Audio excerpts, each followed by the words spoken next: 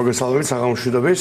მე ვფიქრობ დღეს ვნახეთ ძალიან მკაფიოდ კიდევ ერთხელ, რომ ის საგარეო პოლიტიკური კურსი, რომელიც გააჩნია ამ რეჟიმს, არის თავიდან ბოლომდე ანტიქართულ თესვებზე დამყარებული საგარეო პოლიტიკური კურსი. მეტიც მისი მიზანი მე ვიტყოდი არის მაბადეთ პირდაპირ უარყოს ყველაფერი ქართული. პირდაპირ განაცხადოს, რომ ამ კურსის ფარგლებში არაფერმა ქართულმა, არაფერმა კარგმა და არაფერმა ნორმალურმა არ უნდა გაიხაროს. აი წარმოუდგენელია, როდესაც გთავაზობენ ნაბიჯი გადადგა იმ პრობლემის მოგვარებისკენ, რომელიც არის ერთ-ერთი ყველაზე ფუნდამენტური პრობლემა შენი ქვეყნის ისტორიაში 3 წელზე მეტი პერიოდის განმავლობაში, რომელიც შეეხო პირადად უამრავ ათობით 1000 ქართველს, რომელთაც დაკარგეს საკუთარი ფესვები, საკუთარი ბუდე, ხო, საკუთარი სახლი და დაკარგეს საკუთარი ოჯახის წევრები.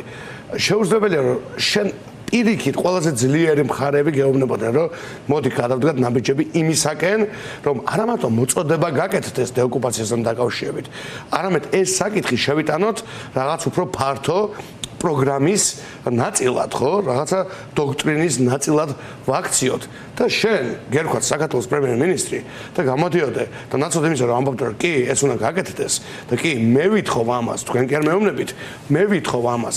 ნაცვლად ამისა გამოდიოდე და მაპატიეთ და რაღაც ებლატავებოდე და საქმეს ურჩევდე ევროპულ კავშირს და ეუბნებოდე, რომ თურმე ეს ევროპული კავშირი არ ყოფილა ქართული ხალხის ინტერესების სამსახურში. თურმე ევროპული კავშირი არ აფინანსებდა ქართულ სახელმწიფოს, ქართულ დემოკრატიას, განათლების სისტემას, ჯანდაცვის სისტემას, ჩვენს მედეგობას და საერთოდ ქართული დემოკრატიის და სახელმწიფოს სვებეთს. და თურმე ყობახიძე და მისი პლანგველი მეგობრები ყოფილა. რაგვარებით ახსენეთ მათი ლოგიკა ხო რაში მდგომარეობს, რომ ამ რაღაცას თუ აკეთებდა, იმიტომ რომ ჩვენ დავეპყარით ამათი ნარატივი რაში მდგომარეობს, რომ აი რუსეთს თუ აქვს დაპყრობილი 20%, დასავლეთს აქვს დაპყრობილი დანარჩენი საქართველოს და ჩვენ აი ორივესგან უნდა გავთავისუფლდეთ.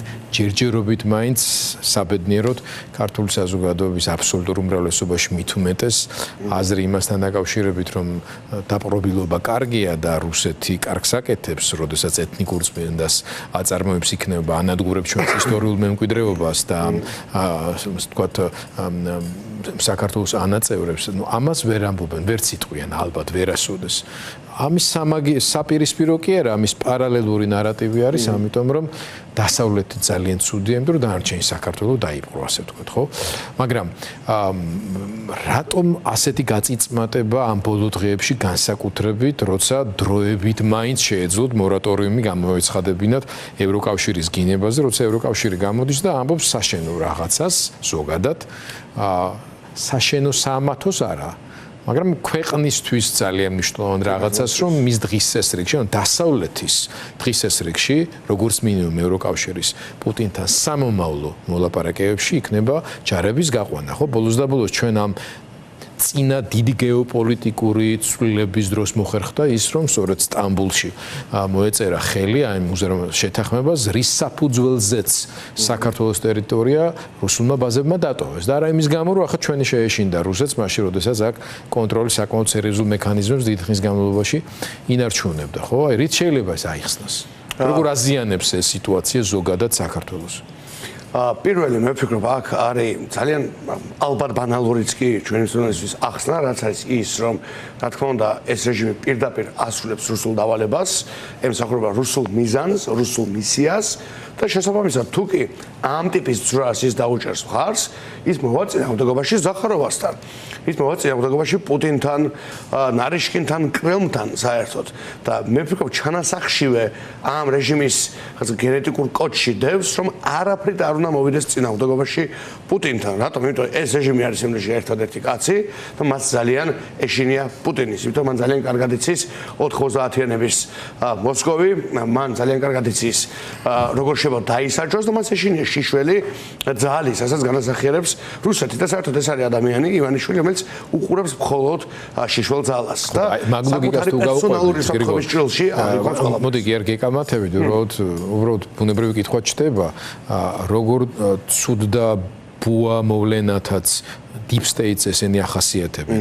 თუ ამ ყველაფრის ჯერა deep state-ის რატომ არ ეშინიათ? ანუ კონტინენტებზე თუ ომებს იწყებენ, თუ ანადგურებენ, თუ ამსხვრევენ, ანგრევენ, კლავენ და ასე შემდეგ.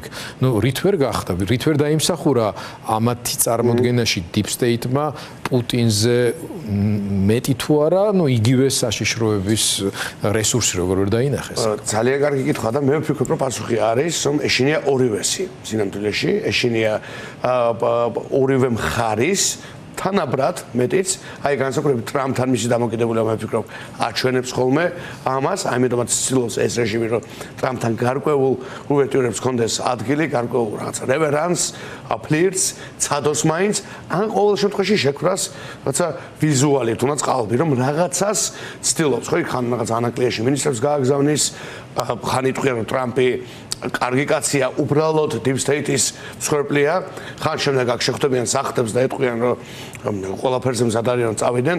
ამით დროს ყიდულობს, იმიტომ რომ ეშინია ტრამპის პერსონალურად და ეშინია ტრამპთან აფილირებული ძალების, მათ შორის აი სწორედ იმ deep state-ის, რომელზეც ასე ხშირად საუბრობენ. ამიტომ მე ვფიქრობ, მას ორივე მხარის ეშინია და არის მუდმივი ვაჭრობის პროცესში და დროის, როგორ ვთქვათ, გაწელვის პროცესში და თან ცდილობს, რომ ამასობაში აქ მეტი სავაჭრო შექმნას, მეტი ადამიანი დააკავოს, მეტი უბედურება ჩაიდინოს, მეტი სავაჭრო ჩამოკიდოს მაგალითად პარტიების აკრძალვის წინადადების კუთხით, მეტი და მეტი, აი რუსეთის ტაქტიკაც ეს არის, რაღაცა უნდა რაღაც სოფელი დაიმატონ, სადღაც ოკუპირებული, რომ ერთი სოფლით მეტი კონდეთ სავაჭრო. უკრაინაში სულ მსგავს რაღაცას აკეთებენ, არა?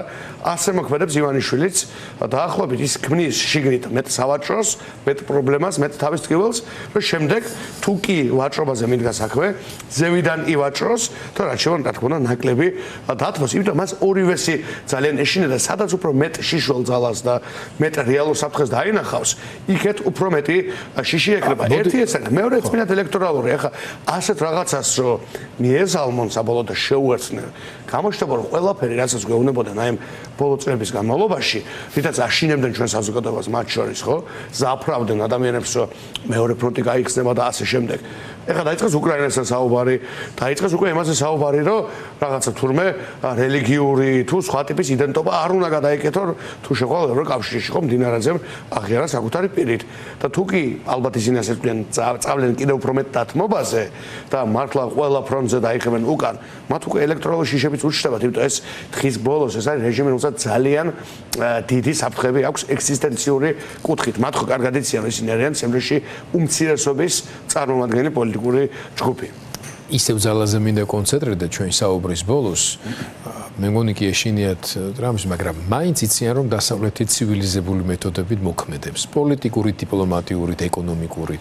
ნუ სამხედრო ძალასაც იყენებენ, როცა ამის საჭიროება არსებობს, უფრო შეერთებული შტატები, ევროპა ნაკლებად არის ამაში შემჩნეული, საბედნიეროდ სამწუხაროდ, მაგრამ ხედავენ, რომ ევროკავშირი როგორც ძლიერი გეოპოლიტიკური სუბიექტი ყალიბდება მოკავშირეობით ამერიკის შეერთებულ შტატებთან.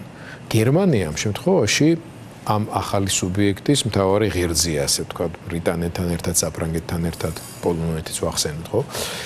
უკრაინა თავისი მნიშვნელოვანი როლით. მაინც ადამიანს გერმანია რო ყავთ ასე ამოჩემებული, ასე ვთქვათ და ну არაკომპეტენტურობის ფაქტორზე შეგვიძლია ბევრი ვისაუბროთ მადრიგებში ყოფი ადამიანების, მაგრამ არც ამდენად არაკომპეტენტურები გონიან, რომ ევროკავშირში გერმანიის როლზე გქონდეთ ესეთ მცირე წარმოდგენა. გერმანია ამას უკვე ღიად აჩვენებს, ხო? დღეს ჩვენ გქონდა ექსკლუზიური ინფორმაცია მასთან დაკავშირებით, რომ გერმანიაში საქართველოს ელჩი, რომელიც აგერ უკვე ამდენხანია საქართველოს წარგზავნა და დანიშნა, უბრალოდ თავისუფლება მოსილებს ვერ ასრულებს, ანუ ვერ შევიდა სრულ დიპლომატიურ სტატუსში. ესეც ჟესტია გერმანიის მხრიდან. ну აღარაფერს ვამბობ, რამდენი აქაური ელჩი ამათმა გალანწეს იმდენი და კონდათ მცდელობა, რომ ეს მარტო ელჩის ქცევისთვის მიეწერა და განწყობებისთვის იმდენი გერმანიის ფედერალური სამინისტრო სპეციალური განცხადებით გამოვიდა, რომ ეს კაცი ჩვენ სალაპარაკოს ამბობს მაგ და მას მისდა დამოკიდებულება ჩვენ და გერმანიის, საფრანგეთის, ბრიტანეთის არ ეშინია ამ ხალხს. ან რო არ ეშინია ეს რის გამოა გამოწვეული, რომ მათ გონიათ, რომ ისინი გადამწყვეტ ნაბიჯებს არ გადადგავენ? მე პირველში დაგეთანხმებით იმაში, რომ რა თქმა უნდა ივანიშვილი და ეს მეც ვახსენე, ივანიშვილი არის თვითონ 90-იანების რუსეთის პირმშო. იმ სოციოკულტურულმა გარემომ, მათ შორის იმ კრიმინალურმა გარემომ, რომელიც ზეობდა რუსეთში 90-იანებში, დაბადა ივანიშვილი იმად, რაც ჩვენ ვიცით. მათ შორის იმ დიდარ გავლენიან საშიშ და ანტიდემოკრატ ადამიანად, რაც ის არის და რაც შესაბამისად დამართა საქართველოს. ამიტომ მე ვფიქრობ, რომ ის უყურებს ძალაუფლებას და ძალას. ის უბრალოდ უყურებს ძალას, ძალაუფლებაში და ამაში აბსოლუტურად გეთანხმებით. ის უყურებს აი ამიტომ უწოდებს შიშველ ძალას, ხო? რეალურ ძალას. ანუ რა შევა რომ მას დამართოს კონკრეტულმა ძალაუფლებამ. ანუ ძალად რა შევა მოევლინოს ისაც რა თქმა უნდა ძალაუფლება, ახლა საფრანგეთის ლიდერობა ძალაუფლება, გერმანიის და ასე შემდეგ. ამიტომაც მას უფრო მეტი შიში ჩემი აზრით აქვს ყოველთვის რა თქმა უნდა რუსეთის მისამართით, იმიტომ რომ ის იცის რუსეთი რას მართებს ხოლმე რიგ ადამიანებს, თუ კი რა თქმა უნდა მას მირჩევენ მოღალატედ და მე ღრმად ვარ დაწმებული იმაში, რომ ივანიშვილს აქვს ძალიან კონკრეტული დავალება მიცემული და თუ კი ამ დავალებას გადაუხობს, იქნება აღქმულებას მოღალატე და შესაბამისად წრე შეიკრება და ეგ არის მისი შიშიც ეგზისტენციური კუთხით და მეორე მხრივ ის ჩემი აზრით და აქაც დაგეთანხმებით, აქ არ არის კომპეტენციის ნაკლებობა გერმანიის აღქმაზე. სხვა თუ არაფერი, ხა კობახიძე, პაპუაშვილი სულ მინიმუმ ცხოვრობდნენ და სწავლობდნენ გერმანიაში, ხო? მათ ეს მაინც უნდა წამოეღოთ იქიდან, ხო? ეს ცოდნა კონსტიტუცია კი გაანადგურეს და პარლამენტი, მაგრამ ის მაინც ხომ ახსოვდეთ გერმანია რამდენად მნიშვნელოვანია, ხო?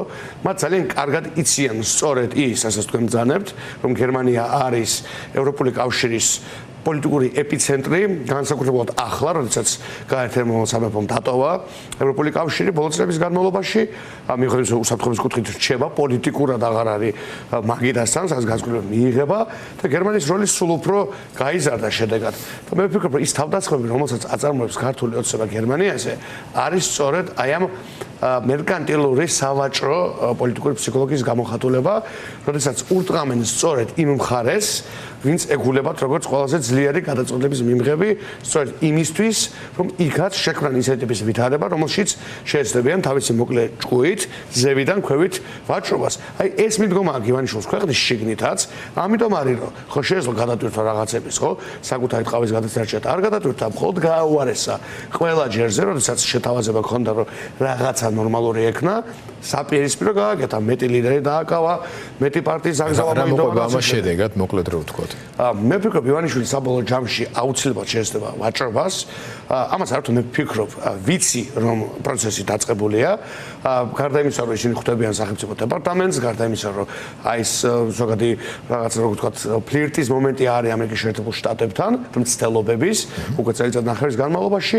ამის გარდა ჩვენ ვიცით კონკრეტული ევროპელებისგან, რომ ქართული ოცნება ითხოვს სტაბილიზაციას.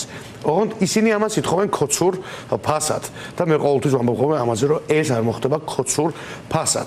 ამიტომაც რეჟიმს მოუწევს მთელი რიგი დათბობების გაკეთება, მათ მოუწევთ სწორედ იმ სულისკვეთების გაზიარება, რაც დაახლოებით თვენახევრის წინ ჩემმა პარტიამ ერთგვარი დოქტრინის სახით შესთავაზა საზოგადოებას, ეს არის პოლიტპატრიოტების გათავისუფლება, ეს არის მთელი რიგი მიმართულებებით ჩვენება იმისა, რომ რეჟიმი მოწადინებულია, რომ გარკვეულ დეესკალაციას ჰქონდეს ადგილი და შემდგომ ამისა უკვე შესაძლებელი გახდება ახალ არჩევნებზე, თარიღზე თუ მოდალობაზე და პირობებზე უკვე უფრო სრულყოფილი საუბრის წარმოება. ეს არის მინიმუმი, რის გარეშეც არანაირი სტაბილიზაცია არ იქნება.